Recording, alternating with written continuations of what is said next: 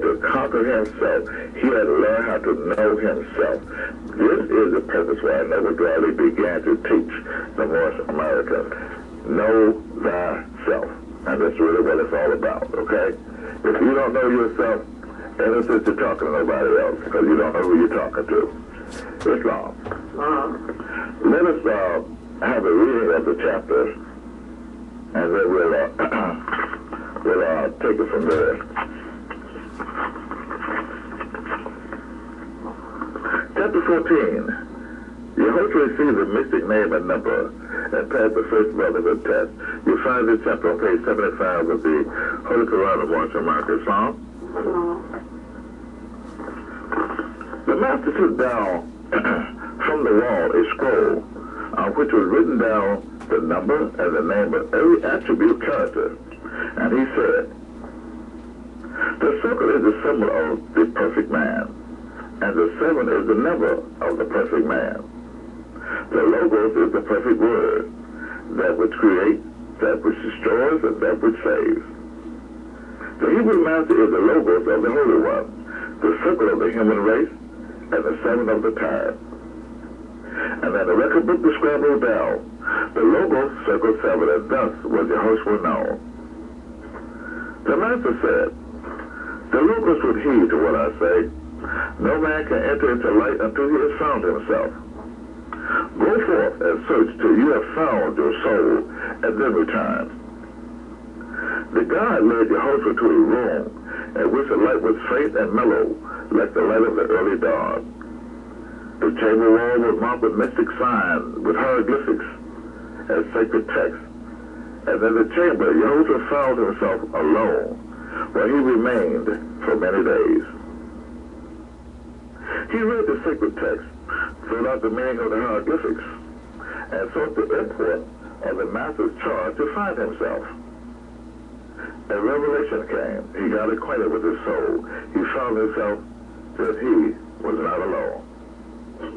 One night he slept, and at the midnight hour a door which he had not observed was opened, and a priest in somber garb came in and said, my brother, pardon for coming in at this unseemly hour, but I have come to save your life. You are the victim of a cruel plot. The priests of Heliopolis are jealous of your fame, and they have said that you will never leave these gloomy crypts alive. The higher priest, the higher priests do not go forth to teach the world, and you are doomed to temple servitude.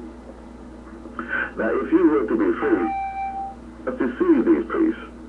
You must tell them you are here to stay for life. And then when you have gained all you wish to gain, I will return, and by a secret way will lead you, my brother, will lead you forth that you may go in peace. And Yehoshua said, my brother man, would you come here to teach deceit? Am I within these holy walls to learn the vows of hypocrisy? Nay, man, my father scored deceit, and I'm here to do his will. Deceive these priests, now while the sun shines. What I have said, I have said. I will be true to them, to Allah, and to myself. And when the temple left and Yehoshua was alone again, and in a little time, a white-robed priest appeared and said, well done. The logos has prevailed. This is the trial chamber of hypocrisy. And then he led the way, and Yehoshua stood before the judgment seat. And all the brotherhood stood. The herald came forth and laid his hand on Yehoshua's head and placed within his hand a scroll, which was written just one word, sincerity. And now the word was said. The God again appeared and led the way.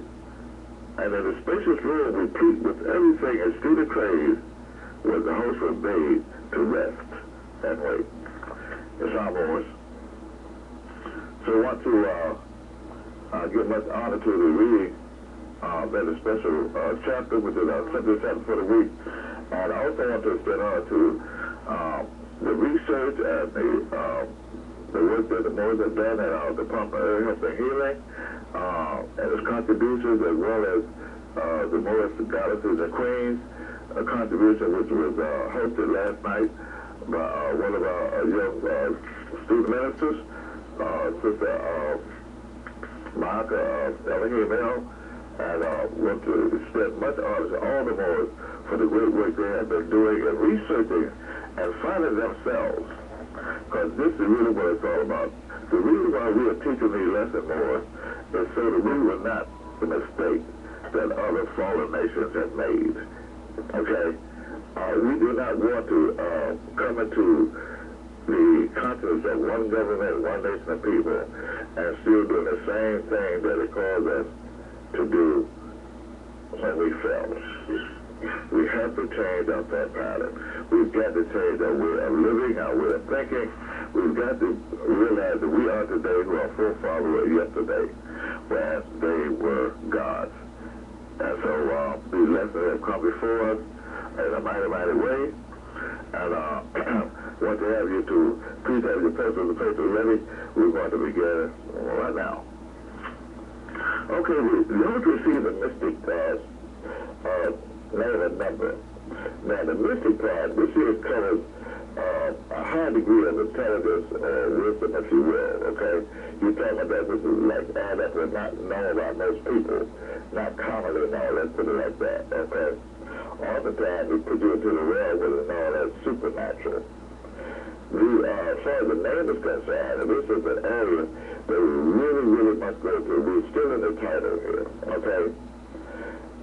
The importance of a name is so sacred that if you were to misname or misnotice anything, then you would take away from its character, its constitution, and therefore it would not have the same, although it may be real on the inside, it would still not have the same semblance once you have misnamed it or misnoticed. It's just like if you constantly call a duck a dog, and you know, the pup, and then the duck don't know any different, you know, and so you tell your children that that's a dog.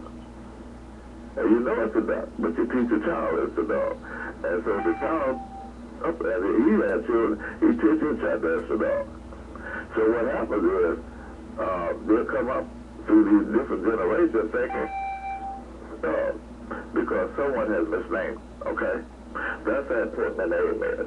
So in this chapter, you notice that when he was given a mystic name, that makes it so mystic because it held it as an attribute character. Now, attributes are very important to philosophers, so listen up, okay? But it says that the master took down from the wall a scroll.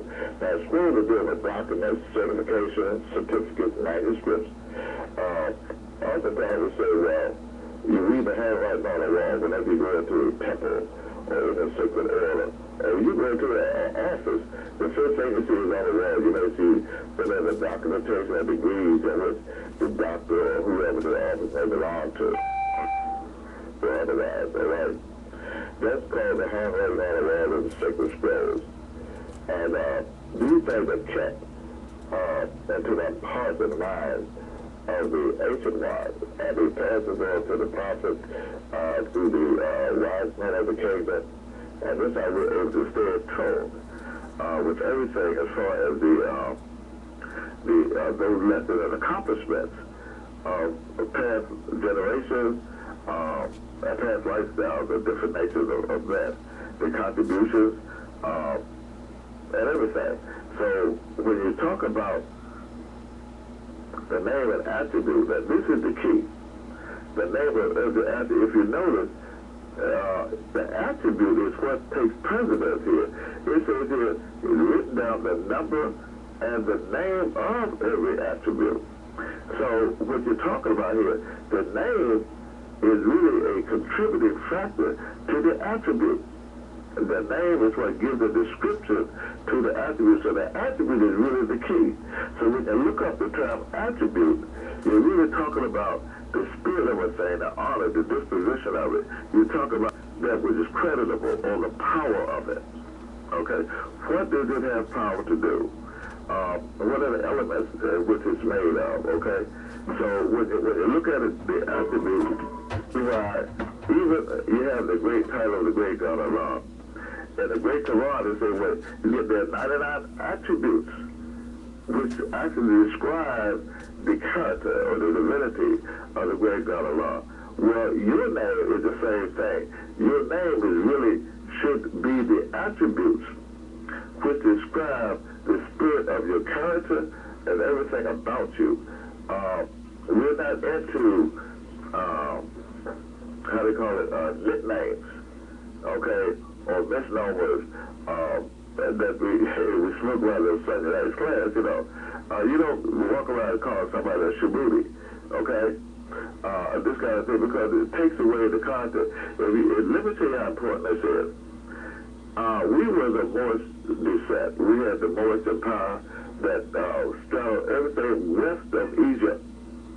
That included all of West Africa, the Atlantic Ocean, all the Americas. This too was known as the maximum of the Moorish empire. Well, okay, but when the Europeans became the conqueror, they took away the title of the Moorish and all the contribution, and let's know that the so-called black people, Negroes. And for right now, since they're in control of the media world, virtually every person of African descent around the world today is only black people. But when you call them black, you take away, there's no history, there's no contributions, there's nothing there, no forefathers, absolutely nothing. That's why these are the names that was given to slaves. So you find the word name in Acts 6, and this is how important it is. So you look for the attribute. I want to extend much honor to Brother Grand Mufti, Brother Tahanka Bey of the Ancient Kemetic Cultural Institute for being able to have the capacity who has well studied the ancient Kemetic culture, and he's able to discern the character of the individual with an ancient Kemetic name. And this is a blessing, because what happens, he's actually not naming you, he's actually giving you the attributes of your character. And this is how important the mystic name is, because the mystic name describes the very attributes of the person. So Yehoshua in this particular chapter was given the name of the Logos Circle 7. But if you look at the attributes of the circle, the Logos Circle 7, you're talking about the perfect symbol, the perfect number, and the perfect word. That's the attributes. But the name is what? The Logos Circle 7. Okay? So it's imperative that we get back to the old-time religion, we get back to the old-fashioned way of how we recognize things. Because when we do, we're actually looking and recognizing the God that's in that particular thing or that's in that particular person. That's how important the attributes are. That's how important the names are. When we name something, okay, then we named it according to the attribute, meaning the God spirit that was in it. What did the great God created to do? What were the characteristics of it, okay? What was the power that it had? What's the kind of reputation, or what's the very nature? What is the strength of it? Okay? This is what we're talking about, the integrity or the constitution of a particular thing. These are the attributes. And these are the things which it was divinely prepared to do. So when you look at man, the same thing. What is divine attributes of man? Man was destined to be God, because this is the source of which he came. But if you take away the godliness away from him, start calling him a Negro, he never will try it, because he thinks he's imperfect. He will not look to see who made him. He will not look to see, or she will not look to see, gain the highest attribute that's in her. Okay? And this is what it is that you have to do, because the God status supersedes all other manifests. In other words, the gender, for example. There is no male and female on the God level. Okay? Why? Because it ain't no need for no flesh. Male or female, again, this attribute on the fleshy things. Okay, which is part of the fall. But on the God status, you're talking about divinity. So how you going to put divinity on a male or female gender? That's bringing it down again. Already you're taking what?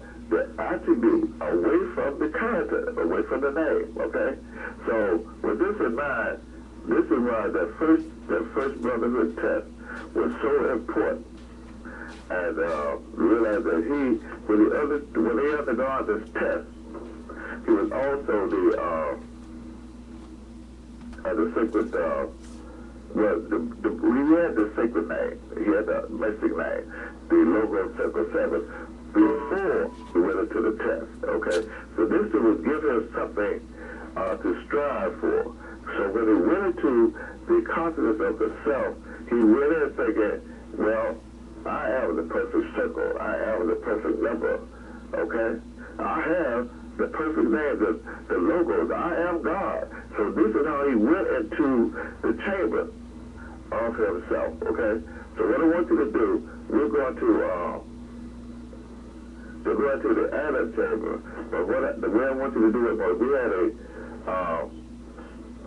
a little test assignment a couple of weeks ago where we went into a fast and silence and this kind of thing. So what I want you to do, the class, I just want you to get to yourself for a minute. We're going to take about 2 minutes of just silent meditation, and then we're going to go into Ayat 1 and go through the same chapter, the same atom chamber that your host went through. But I want you to get into a certain frame of mind. So just start with your phone and just remain silent for about 2 minutes. I'll give it a call. Okay, so.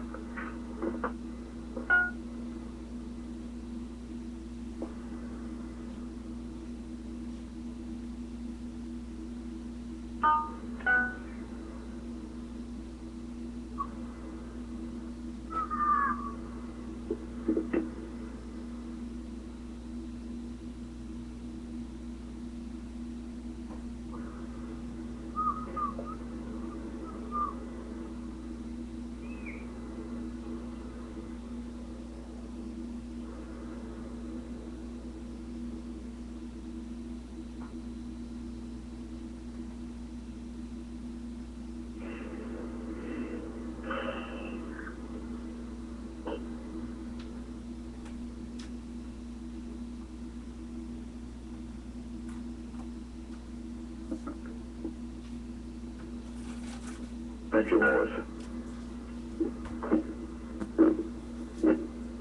I have one. The circle is the man.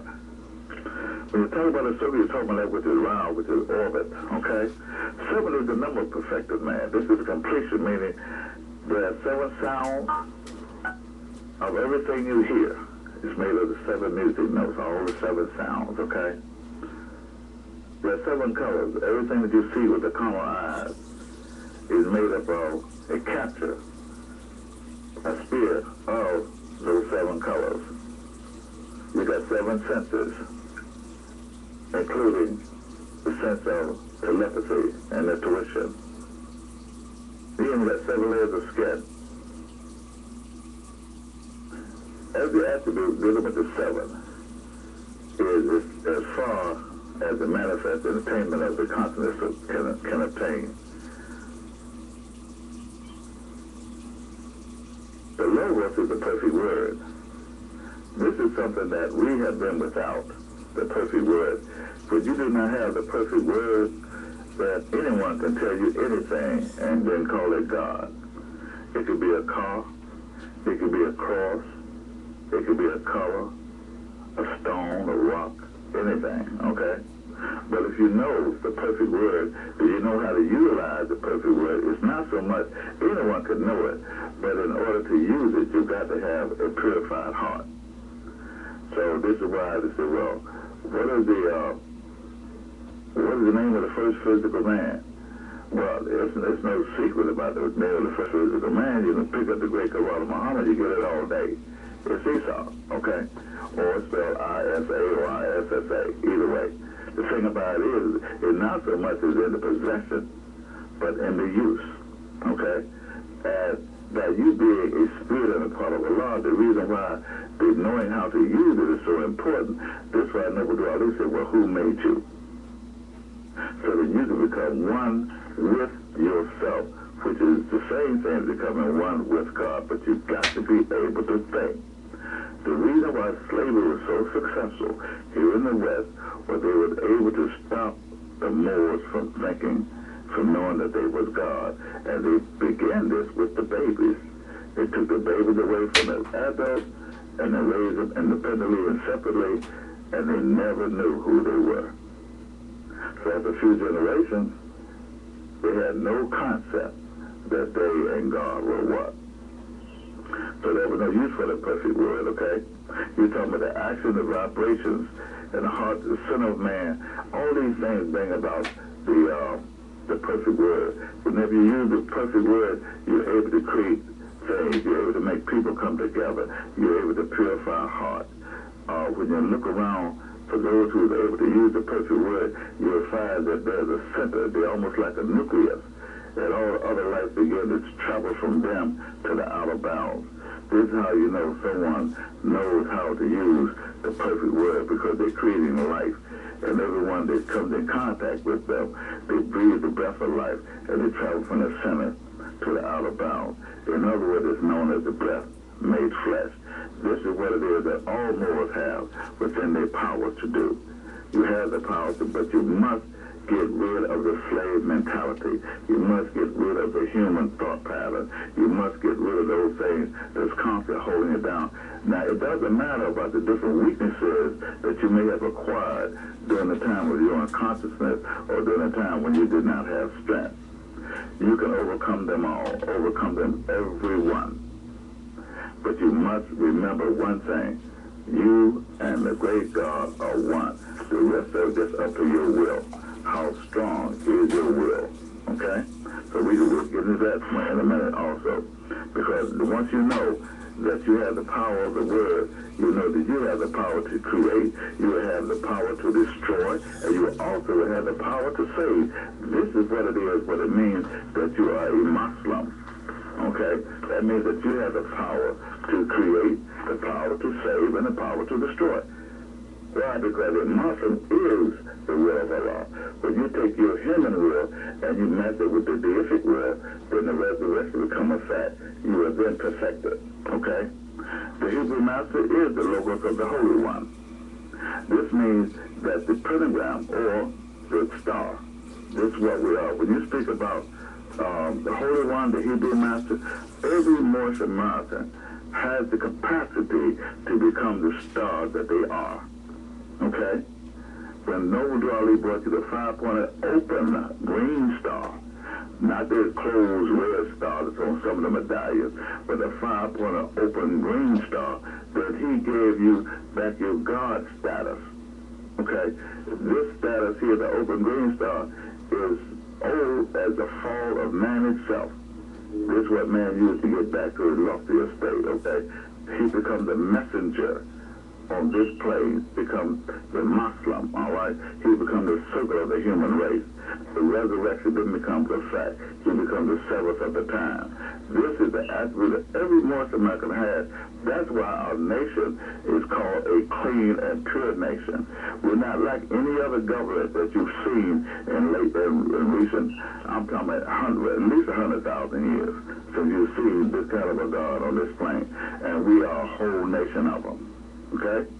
And the reason why we know this here, because these are the highest heights. We have been to the lowest depth. There's not a nation on earth that has been to the lowest depth that we have been. Nobody. Okay? And in the record book, you must remember, the record book is what? It is a memorial of the wall of time. This is where man record all the unforgettable histories and strife and contributions and accomplishments. This is what is known as the record book. Okay? Where this is what man records in his heart, in his mind. Never is there ever a word lost. Never is there a contribution or a deed lost. This is why prophets don't die. You don't die. Angels don't die. And all the thoughts of godliness never dies. So this is what we mean by the record book, okay? And in the record book, I scribbled down the logo circle 7. And thus was justice known. The master said, the logos will take heed of what I say. No man can enter into light till he has found himself. So the prophet introduced the same lesson to every Moorish American. Do not be deceived to make you think that you got to have adept. You got to adept lessons. Listen, these are the whole second 7 in us but an adept book. Okay? Why? Because the very name of the Quran alone is adept. Look at it. It's what it says. Circle 7.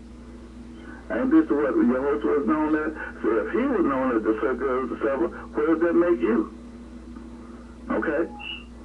So, when you look at your medallion, it has the circle 7. You're letting the world know that God is back in human form, okay? Now, go forth and search till you have found yourself, found your soul, and then return. Now, what is it that we were looking for when we were looking for the soul? Well, let's skip ahead just for a second and go to ayat 9, okay? You'll find that a revelation came. He got acquainted with his soul. He found himself, and then he was not alone. Well, a revelation is a reveal or nothing but an exposed vision, okay? A revelation is a vision that has come to you that's exposed itself as to what it is you're supposed to do. And when this happened, he got acquainted with his soul. Well, when you look at soul, go back to chapter 1. The soul, where the human seed from the heart of Allah was firmly planted in order for it to grow apace, was called the soul of soul. In other words, that's the only kind of soul that this particular seed, if you plant it in that soil, that's the only soil that it can grow in. So in other words, you must be able to think, you must be able to reason, you must be able to exercise your will, you've got to exercise understanding, and above all, remember. Remembrance is a part of it too. Okay? So when you get that this is your garden, let's put the soul on the side for a minute. And let's call this same soul, the same soul, let's call it the garden. Your particular garden, okay? And bear with me more, because this is the adept is going to get, all right? It's not my job to make a farmer out of you. You got to be your own farmer, okay? You got to realize that you have got a garden that you yourself must be able to cultivate. Now, if you're busy all over here in Pleasant Bay stuff, minding my business, what's going to happen to your garden? Okay? So that's why, if you notice, in this particular chapter, when Yehoshua went into the chamber, went into himself, he didn't take nobody with him. He had enough to deal with on his own, with his own garden. Okay? So this is what we're talking about. You're talking about that garden. Let it not want cultivation. You have to be the farmer of your own garden. You got to pull out your own weeds, meaning your own weaknesses. Okay, those things you go to sleep on, those things that's giving you power, and you things you can't stand, somebody plucking your last nerve. Why? Okay? Why are you suffering pain when only ego is the only thing that suffers pain? Okay? So let's go back to number 6, and you find about this guide. The guide led Yehoshua to a room and which the light was faint and mellow. Okay, because he was instructed to find his soul, right? But then this guide came in. Now, what kind of guide is? You're talking about meditative thought, because you must remember when Yehoshua first came to the Adder chamber in the halls of Luxus here and Kemet, when he first got there, he said, "Let me in." He begged to come up in there. Now you know his mother and father, his grandparents, all of them had been through the sacred teachings. So he wanted to go too, but they wouldn't let him go. Although he was raised up around in Egypt, they wouldn't let him go until he became around 25. Okay. So when he gets up in there, he said, "Look, let me in." He's knocking on the door. "Let me in. I'll pass the hard for you test. Come on with it. I can handle it." So he said, "All right, come on up in here." So what he did, when he got there, that was him. They said, "All right, go in there.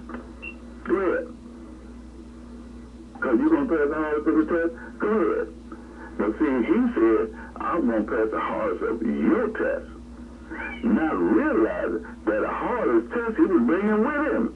It was him. Okay? He had to conquer himself. All right. And this was the purpose for the guide. So the guide was not outside of himself, but within himself. Okay? So you're talking about the meditative thoughts and recorded images. He was going back through his mind, looking what he had done, what he had accomplished, okay? Some of the same places he had been. And this became his guide. Oh, well, where did the guide lead him? His thoughts led him to the room, was light and faint. He said, oh, this is comfortable. I'm pretty good here. I said, I done went to India. I said, I done did all this right here.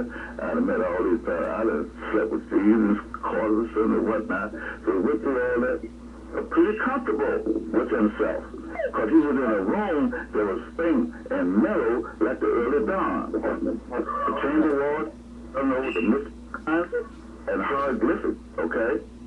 The host had found himself alone, and he remained there for many days.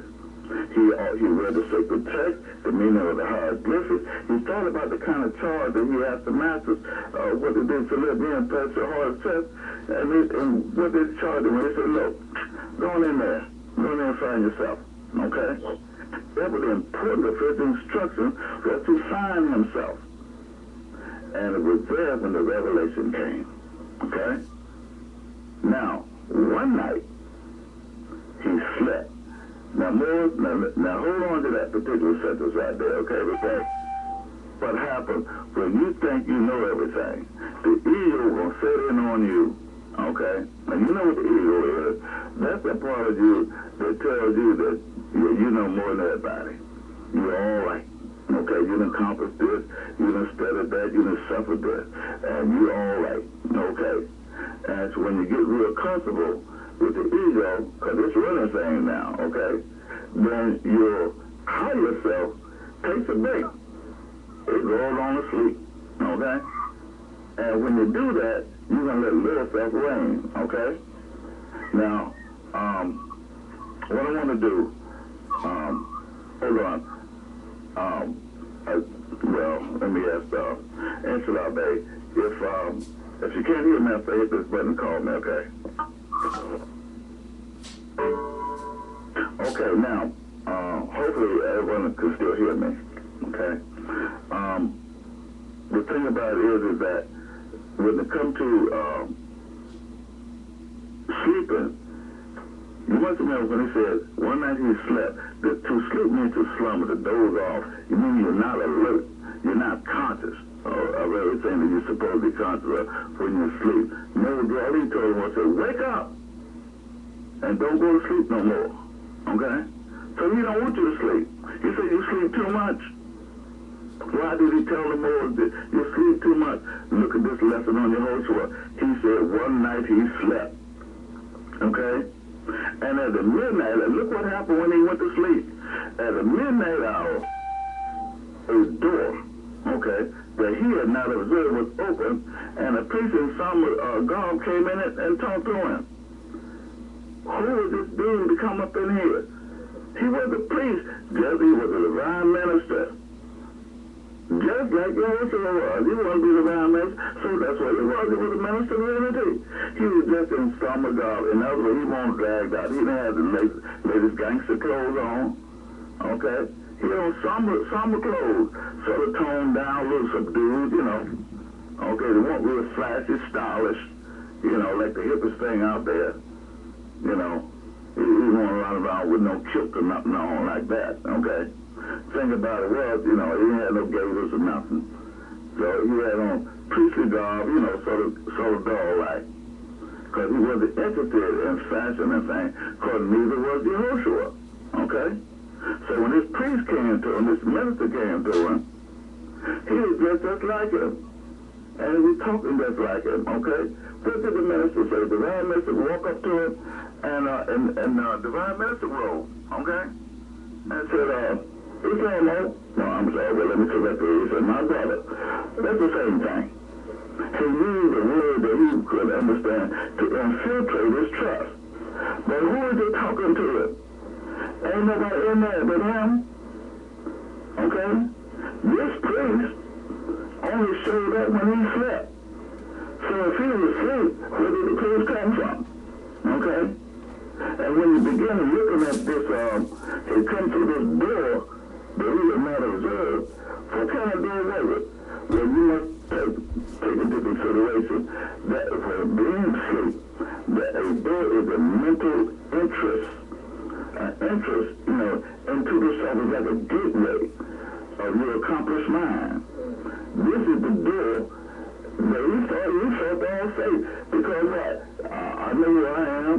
I know where I got here. So you felt so safe because the ego has put this brother to sleep. I'm talking about y'all, Jesus. Yep, it was him. Put to sleep. Now, let's look at what happened. His own self came through a door that he had not studied before. Okay? Because he thought he was going to study it. He had been able to way. He was 25, 26 years old. Now he's talking smack. Okay? Because he had been through everything, but he don't know nobody else. He's been through what he's been through already. Okay? And then now as much wisdom he was. So he felt easy, but he slept. He went to sleep. Okay? And through this door of his heart and his mind that he had not observed, he had not accomplished, okay, here comes his own Lord self. And you know what's up. Islam, Sister Bay. Islam, Brother Earl. Okay? Talking to you. Because you know you want to be Moorish. So we're going to call you by your own Bay. Alright? And look what in the word he had to say. Okay? He used the word brother to infiltrate the church. Islam, okay? Get to attention. Alright? And then you're going to ask him, excuse me, man. For coming in as this and sending me out. Whatever time are you going to come in? Okay? I wasn't saying right to me either. So that's why he came on in at that time. Okay? But I have come to save your life. How many times have you heard that? This is it. Okay? Come on up in here and get nationalized. And this is it.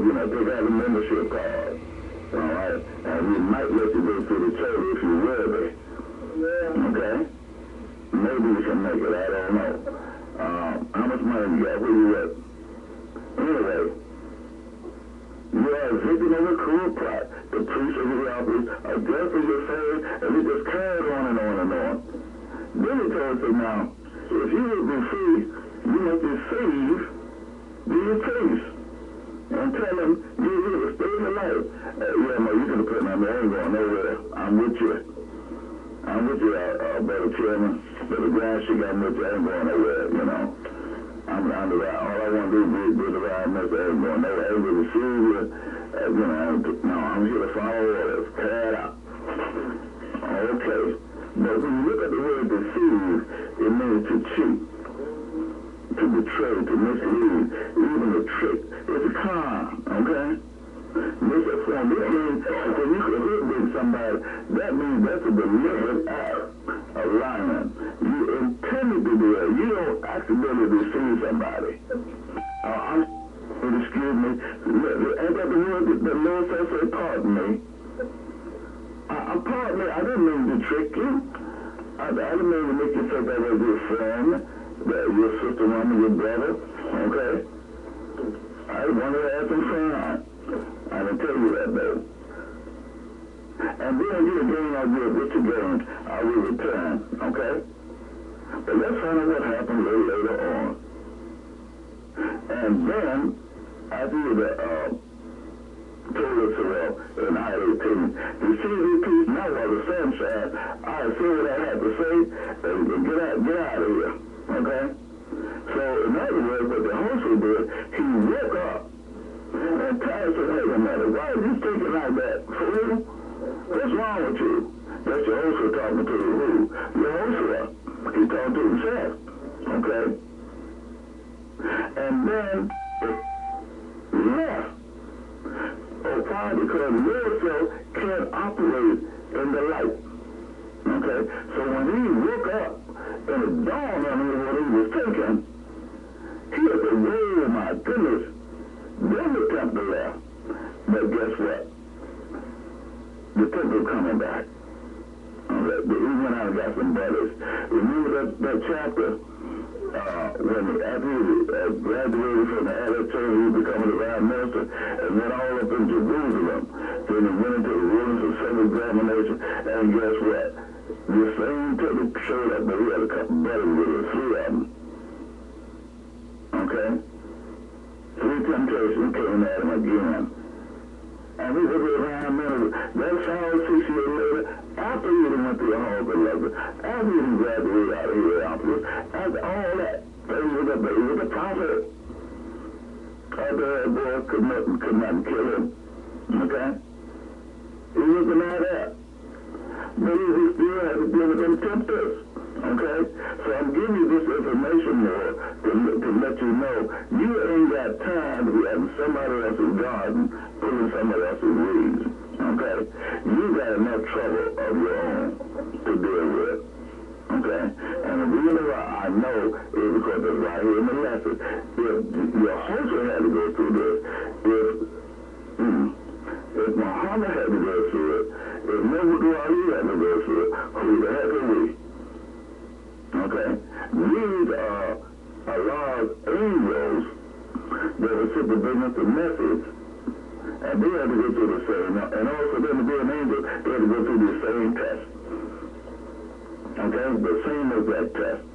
So if you want your tempter to get away from you, you want your Lord to get away from you, you're going to have to conquer him. And the best way to conquer is don't go to sleep. Okay? Alright, now, the also says, well then, the logos of the trial chamber of hypocrisy. Okay? Hypocrisy, no look, hypocrite. That's the one of the most deceiving people on the planet. We are not hypocrites by nature or no other kind of way. If you see a mole deceiving another, that's because he's still under some kind of outside training. He ain't been educated, he ain't been taught, and he don't know who he is. Okay? If you find any mole deceiving another mole, that's because he has been trained like you train any other beast or obstacle. Okay? You know how you train domesticated animals. They're not taught, they're not educated. The best you can do is to train them. Sit, roll over, bark. Okay? Or you got morticians walk around. They call themselves masons and things. And he said, no, stay in the way. Come on here and stay in this organization. Stay in there. Don't become a government. Don't become a nation of people. Don't try to free yourself. Stay right here in this eternal order of the brotherhood, of the night, of the round square table. Okay? Because why? That's your brother. And they're coming at you just like that. Islam, and you know, Plaza Bay, he was in the Moorish temple, and he left him out of there, man, and we had to put him out too. And look, I tell you what you do. But what about the message? Plaza Bay got nothing to do with it. What did the prophets have to say? The one who had to go through these tests, these lists were brought to us. They were secrets for over 2,000 years. And someone angry worthy enough, Muhammad Ali, was able to bring the lessons to us. Okay? Right in the midst of everybody who had put the seal against us and put us in a tomb so deep that they had put masons outside the door to be sure we didn't come out from under that seal. Okay? And what made it so bad, not only did they have masons, a European mason, at the seal, it was called the Roman seal. You know, you seen it? The white class soldiers couldn't do nothing with it, all right? But then again, you had some other people that was holding up the seal to give the European soldiers a break. And they were the same Moors that were holding down the door of the other Moors, but they were on the inside holding down the seal. Okay? The Europeans could have walked away. The Scottish, New York, that order, they could have walked away years ago. Because why?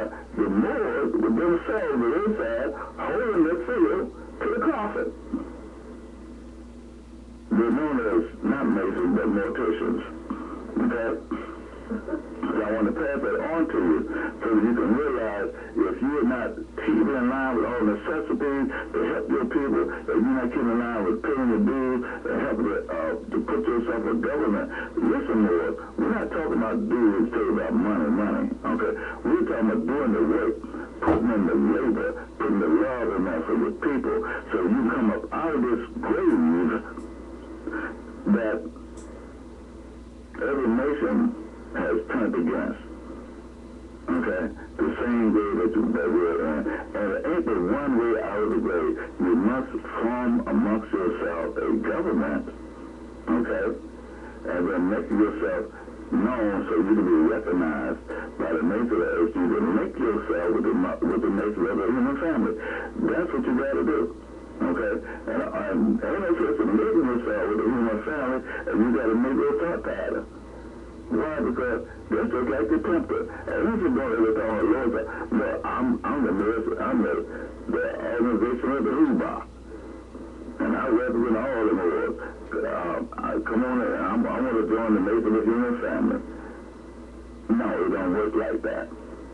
It don't work like that. What you got to do, you got to wake up, the living consciousness that's within yourself, and go through that attitude. So sincerity is the master key. Sincerity is the first degree of the attitude of the soul. And that's going into the self. You must be true to yourself. Okay? Make no mistake about it. There's no other way to get about it. It's not because I said so, but this method has been tried and proven down through the eons. Okay? All the sheiks, all the adepts, all the angels, the prophets, all of them had to go through these degrees right here. Every last one of them. Nobody made it into the kingdom unless it comes through this. You could not go beyond the blue ether plane unless you come this way. Okay? You could not get into the gates of heaven unless you come through this. You could not become one with this. You must be able to master and conquer yourself. It's just that simple. And that's what we're in the nation of conquerors. Islam. So that's going to be our class for the evening.